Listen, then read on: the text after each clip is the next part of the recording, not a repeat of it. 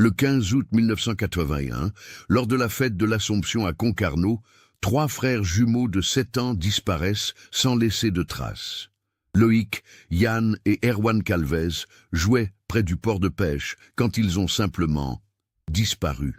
Pendant 30 ans, leur mère Solange a vécu avec cette douleur inexpliquée, cherchant des réponses qui n'arrivaient jamais. Mais en 2011, en vidant le grenier de la maison familiale après la mort de son mari, elle découvre une enveloppe cachée qui va révéler une vérité si choquante qu'elle remettra en question tout ce qu'elle croyait savoir sur cette nuit tragique. Comment une mère peut-elle découvrir que l'homme qu'elle aimait était capable de l'impensable? Avant de continuer avec cette histoire perturbante, si vous appréciez les affaires mystérieuses réelles comme celle-ci, abonnez-vous à la chaîne et activez les notifications pour ne manquer aucun nouveau cas. Maintenant, découvrons comment tout a commencé. Concarneau, en 1981, était une ville portuaire bretonne d'environ 18 000 habitants, où la pêche constituait encore l'activité économique principale. La communauté était soudée, organisée autour des traditions maritimes et des fêtes catholiques qui rythmaient l'année. Les familles se connaissaient depuis des générations et les nouvelles circulaient vite dans les ruelles étroites de la ville close. Solange Calvez, 28 ans, travaillait comme couturière dans un petit atelier près du port. Elle avait épousé Marcel Calvez en 1973, un pêcheur de 4 ans, son aîné, qui embarquait régulièrement sur les chalutiers pour des campagnes de pêche au large. Leur mariage avait été béni par un événement extraordinaire, la naissance de triplés en 1974. Loïc, Yann et Erwan étaient identiques physiquement mais très différents de caractère. Loïc, l'aîné de quelques minutes, était le plus sérieux des 3. Il aimait les livres et passait des heures à regarder les bateaux rentrer au port, rêvant de devenir capitaine. Yann, le cadet, était le plus espiègle, toujours prêt à jouer des tours et à entraîner ses frères dans ses aventures. Erwan, le plus timide, préférait rester près de sa mère et l'aider dans ses travaux de couture, fasciné par la précision des gestes. La famille vivait dans une petite maison de pierre rue Saint-Guénolé, à quelques centaines de mètres du port. Marcel gagnait correctement sa vie, mais les triplés représentaient une charge financière importante. Solange complétait les revenus familiaux en prenant des commandes de couture à domicile, principalement des retouches pour les épouses des autres pêcheurs. Les voisins décrivaient les Calvez comme une famille unie et travailleuse. Marcel était respecté parmi les pêcheurs pour son sérieux et sa connaissance de la mer. Solange était appréciée pour sa gentillesse et son habileté à l'aiguille. Les triplés, malgré leur vivacité, étaient considérés comme des enfants bien élevés qui ne causaient pas de problèmes particuliers. La vie à Concarneau suivait un rythme immuable. Les hommes partaient en mer, souvent pour plusieurs jours, tandis que les femmes s'occupaient des enfants et des tâches domestiques. Les fêtes religieuses étaient des moments de rassemblement communautaire importants, où toute la ville se retrouvait pour célébrer ensemble. Le 15 août 1981 était un samedi particulièrement chaud pour la Bretagne. La température atteignait 26 degrés, inhabituelle pour la région, et une légère brise marine apportait une fraîcheur bienvenue. La fête de l'Assomption était célébrée avec faste à Concarneau, comme chaque année depuis des décennies. Vers 14 heures, Solange avait terminé ses préparatifs. Elle avait habillé les triplés avec leurs plus beaux vêtements. Pantalons courts, bleu marine et chemisettes blanches identiques qu'elle avait elle-même confectionnées. Marcel était rentré la veille d'une campagne de pêche de 5 jours et semblait de bonne humeur, parlant d'un bon rapport financier pour l'équipage. La famille s'était rendue ensemble place Saint-Guénolé, où avait lieu la procession traditionnelle. Les enfants étaient excités par l'animation. Les stands de crêpes, la fanfare municipale, les jeux organisés par la paroisse. Solange se souvenait parfaitement de leur joie, de leur rire quand ils avaient gagné des images saintes au jeu de l'oie géant. Vers 16 heures, après la procession, la famille s'était installée près du port pour pique-niquer.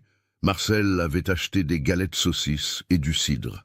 Les triplés couraient entre les tables, jouant avec les autres enfants du quartier. Solange discutait avec Brigitte Kerbrath, sa voisine et amie proche, dont les deux filles étaient légèrement plus âgées que les garçons. C'est vers 17h30 que les événements ont basculé. Marcel était allé saluer des collègues pêcheurs près des bateaux amarrés. Solange préparait le goûter des enfants quand Brigitte lui a fait remarquer qu'elle ne voyait plus les triplés depuis plusieurs minutes. Les deux femmes ont d'abord pensé que les garçons étaient simplement allés aux toilettes publiques ou qu'ils regardaient les bateaux avec leur père. Mais quand Marcel est revenu seul, l'inquiétude a commencé à monter. Il a expliqué qu'il n'avait pas vu les enfants depuis un quart d'heure. La recherche a commencé immédiatement.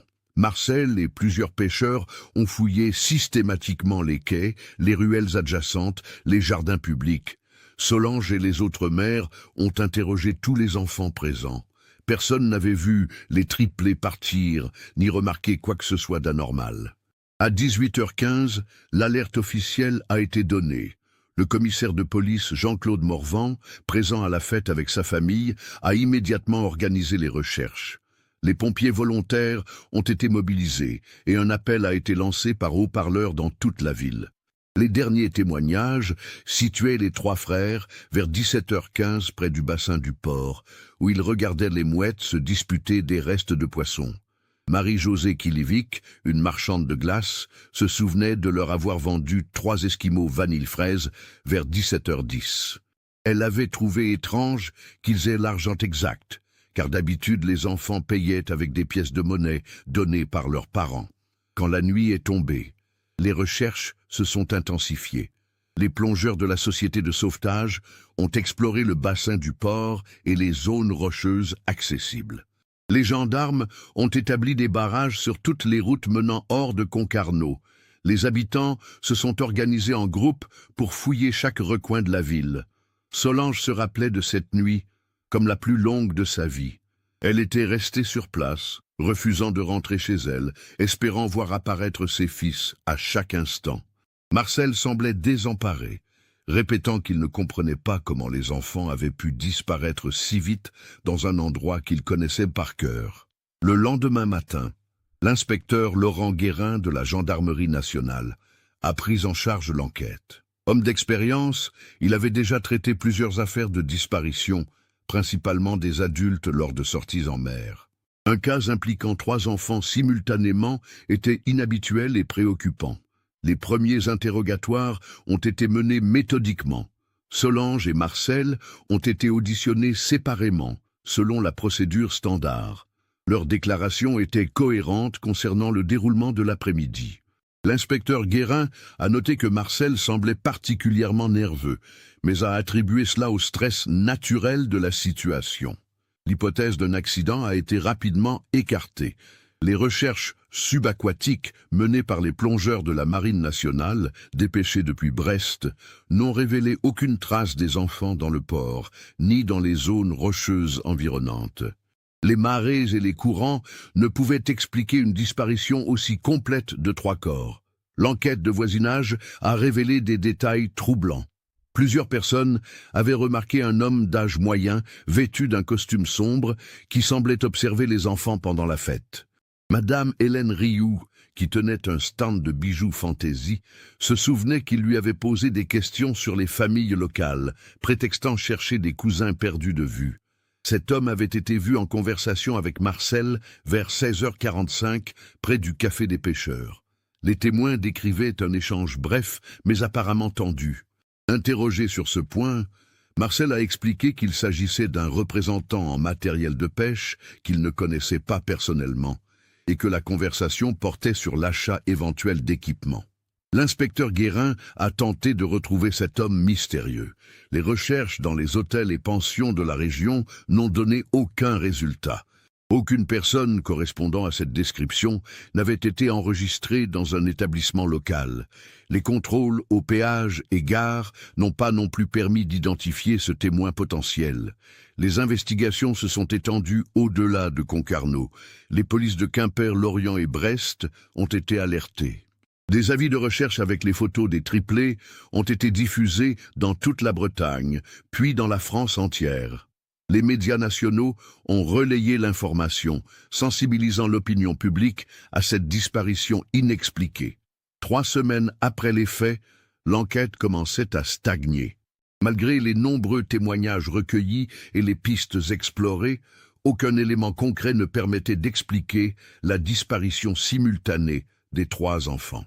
L'inspecteur Guérin a élargi ses investigations aux affaires similaires en Europe, suspectant un éventuel enlèvement organisé. Les interrogatoires de la famille et des proches ont continué pendant des mois. Solange subissait ces entretiens avec une patience douloureuse, répondant inlassablement aux mêmes questions, espérant qu'un détail oublié pourrait aider à retrouver ses fils. Marcel, lui, semblait de plus en plus affecté par ces séances, développant une nervosité qui inquiétait son entourage.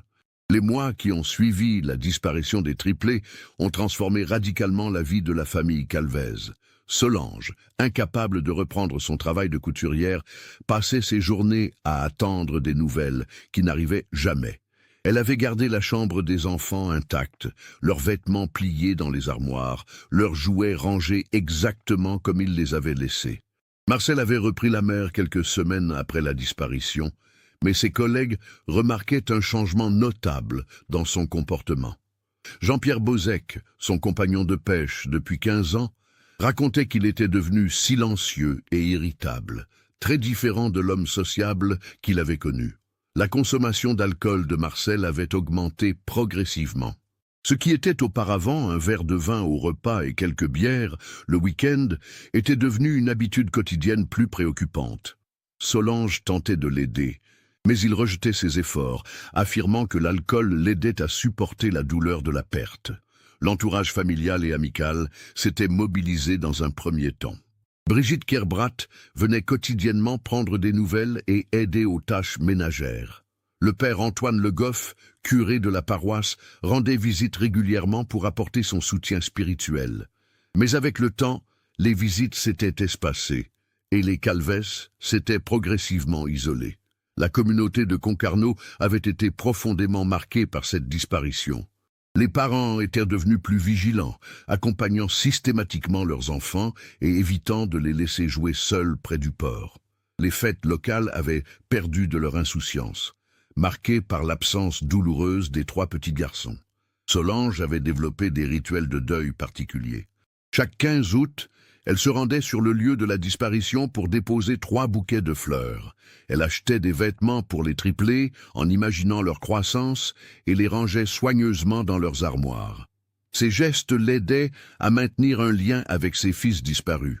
En 1985, 4 ans après la disparition, l'enquête officielle avait été classée sans suite faute d'éléments nouveaux. Cette décision avait été un coup terrible pour Solange, qui y voyait un abandon de ses enfants par la société. Elle avait tenté de relancer l'investigation par ses propres moyens, contactant des journalistes et des associations d'aide aux familles de disparus. Marcel, lui, semblait résigné à ne jamais connaître la vérité.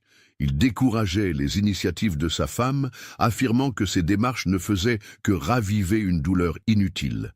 Cette différence d'approche avait créé une tension croissante dans le couple, ajoutant à leur souffrance commune.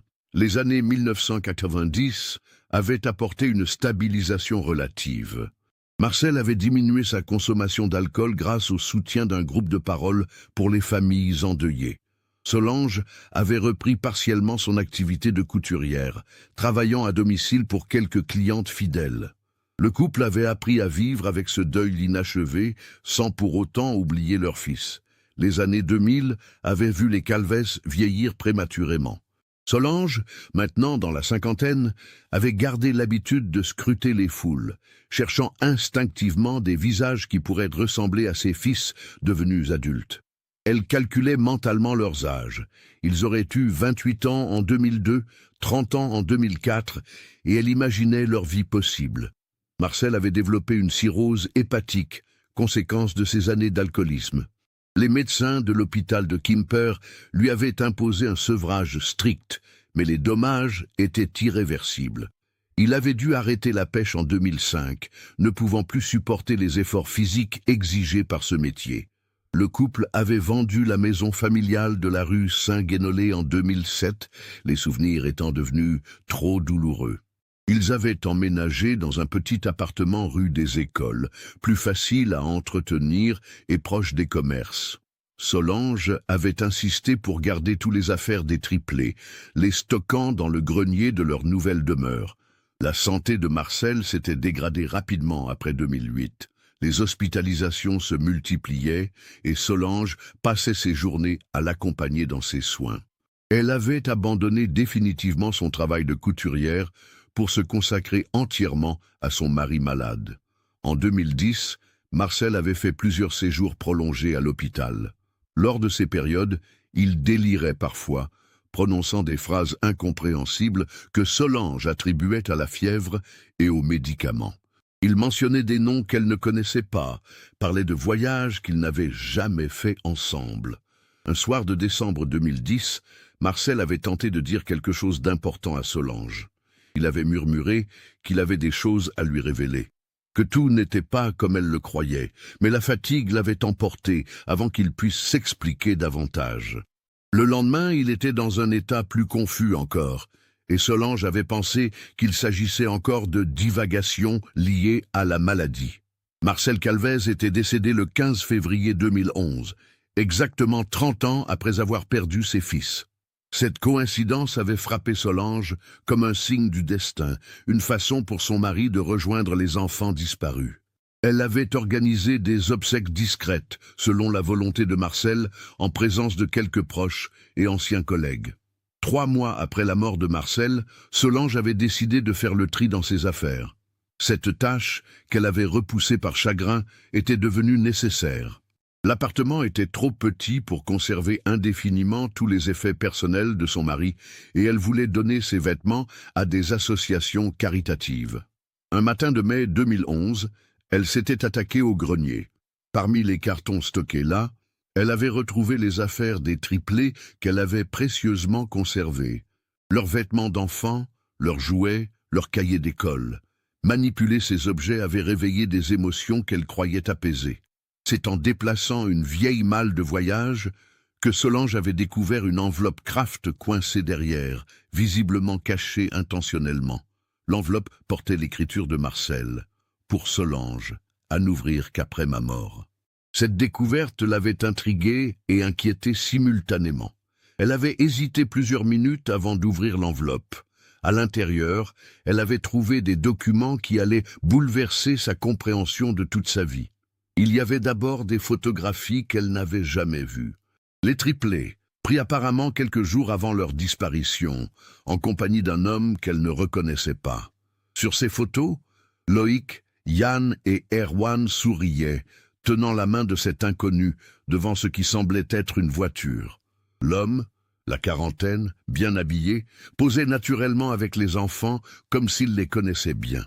Au dos de chaque photo, Marcel avait noté des dates et des sommes d'argent. Il y avait également des documents officiels, 3 actes de naissance modifiés, portant les noms des triplés, mais avec des dates et lieux de naissance différents. Les parents mentionnés n'étaient pas Marcel et Solange, mais des noms inconnus. Ces documents semblaient avoir été falsifiés avec soin, utilisant des papiers à en-tête authentiques. Solange avait trouvé aussi une lettre de Marcel, rédigée d'une écriture tremblante, datée de décembre 2010, peu avant sa mort. Dans cette lettre, son mari avouait l'inconfessable. Il avait vendu leurs 3 fils à un réseau d'adoption illégale, organisant leur disparition pour couvrir ce crime abominable. La lettre expliquait que Marcel avait été contacté en 1981 par un homme qui proposait de l'argent contre des enfants destinés à des familles riches, incapables d'adopter légalement. Les sommes proposées étaient considérables. 50 000 francs par enfant, soit 150 000 francs au total, l'équivalent de 3 années de salaire d'un pêcheur. Marcel détaillait comment l'opération avait été organisée. L'homme mystérieux, celui aperçu lors de la fête, était venu plusieurs fois à Concarneau pour préparer l'enlèvement.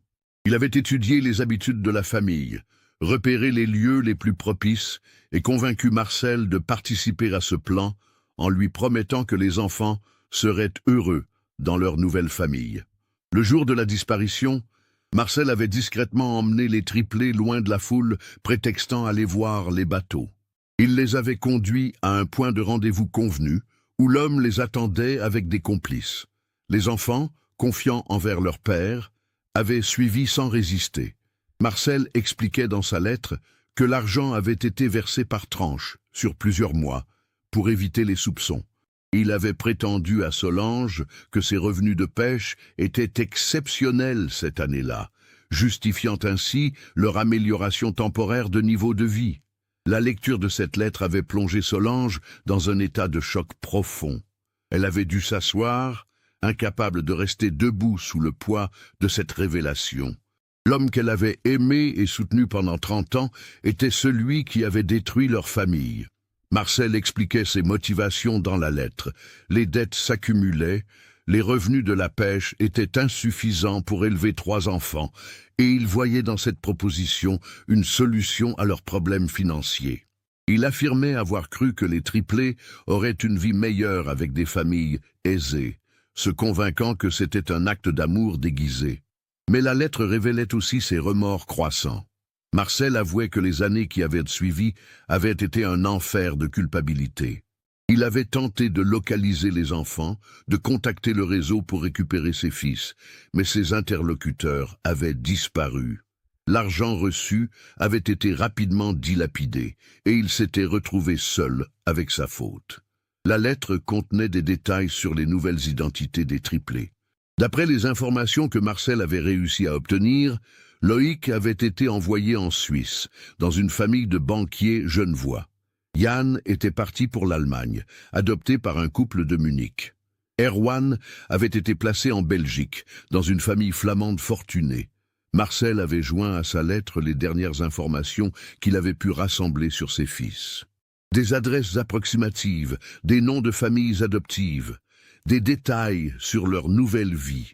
Ces renseignements dataient de plusieurs années et n'étaient peut-être plus valides, mais ils représentaient des pistes pour retrouver les triplés.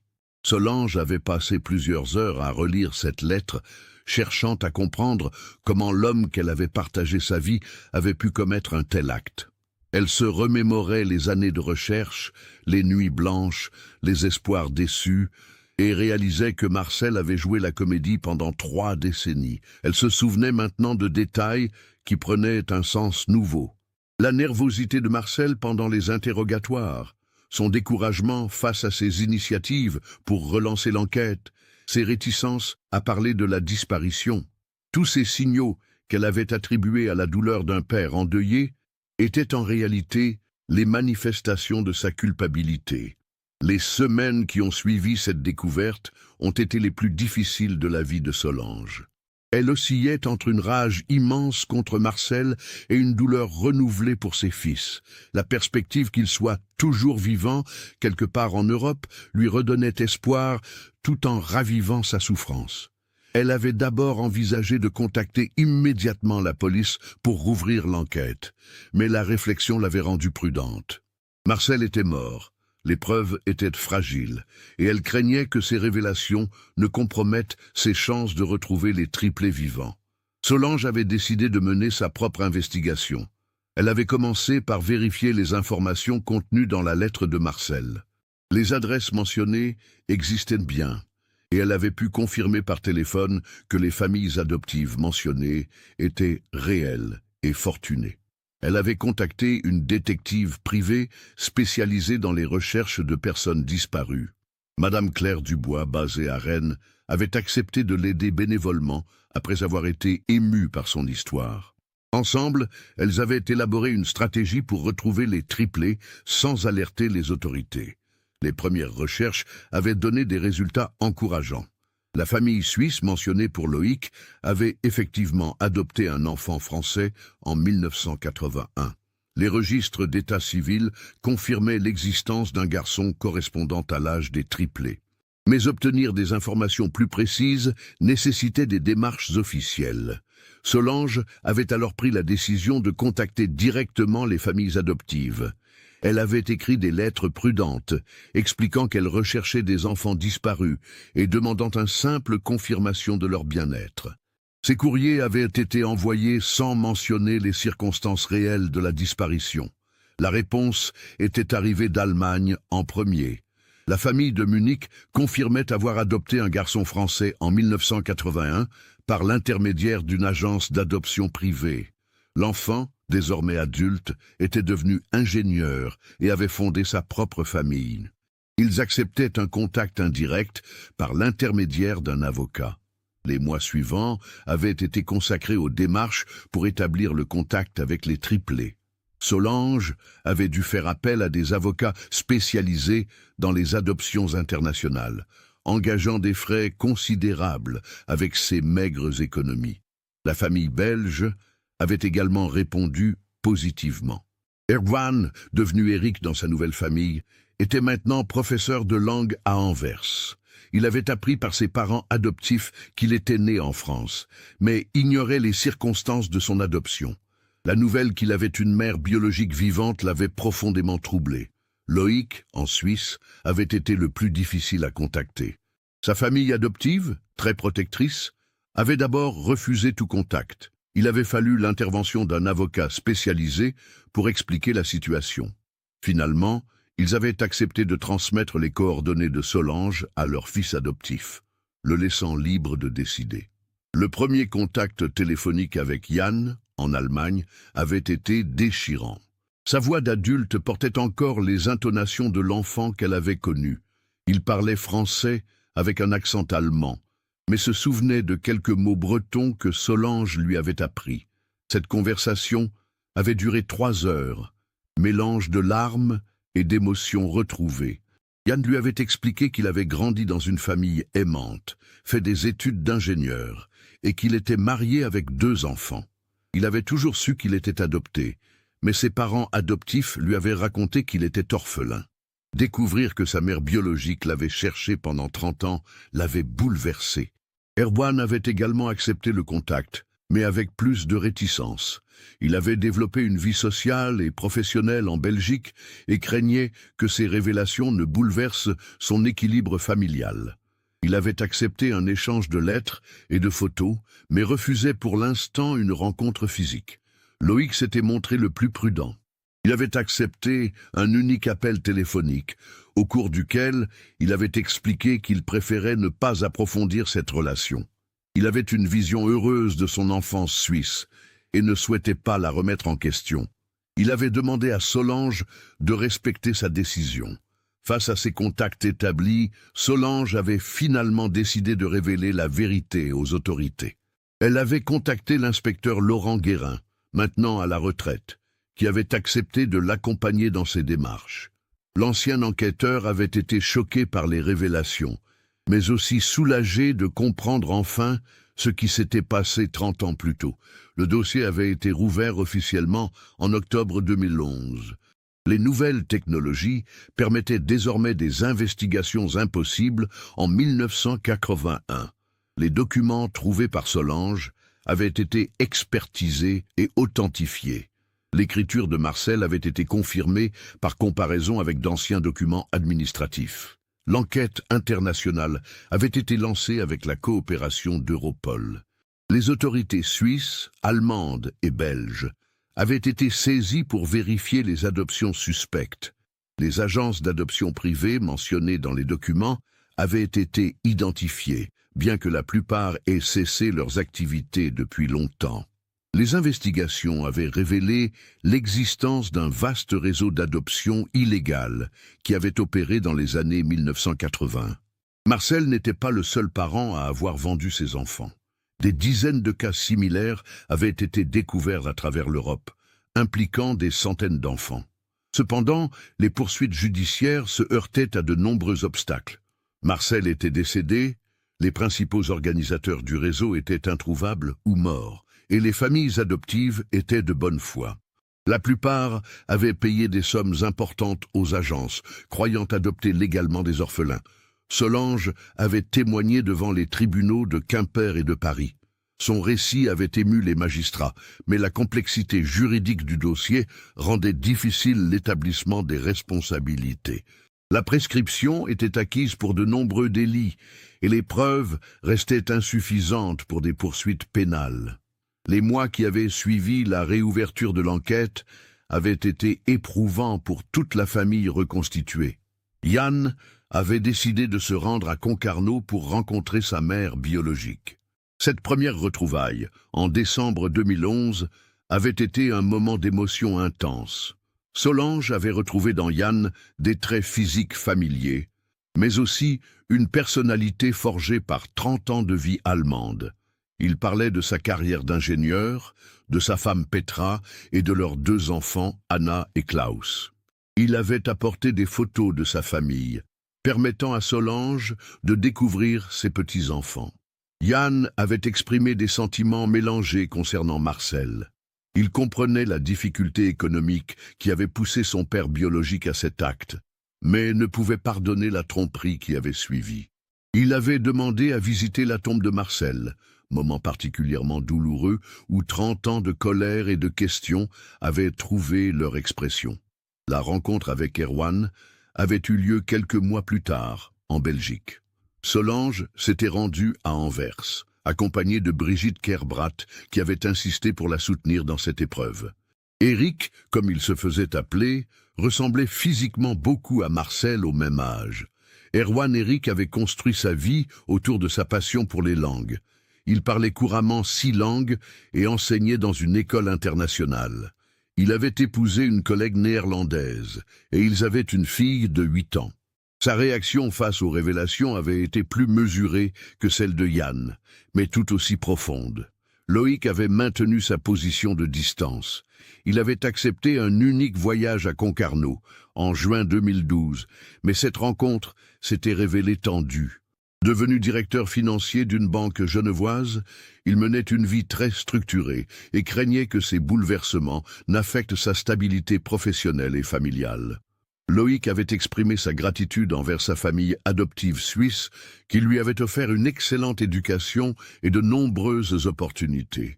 Il ne ressentait pas d'amertume envers Marcel, considérant qu'il avait peut-être pris la meilleure décision possible dans sa situation.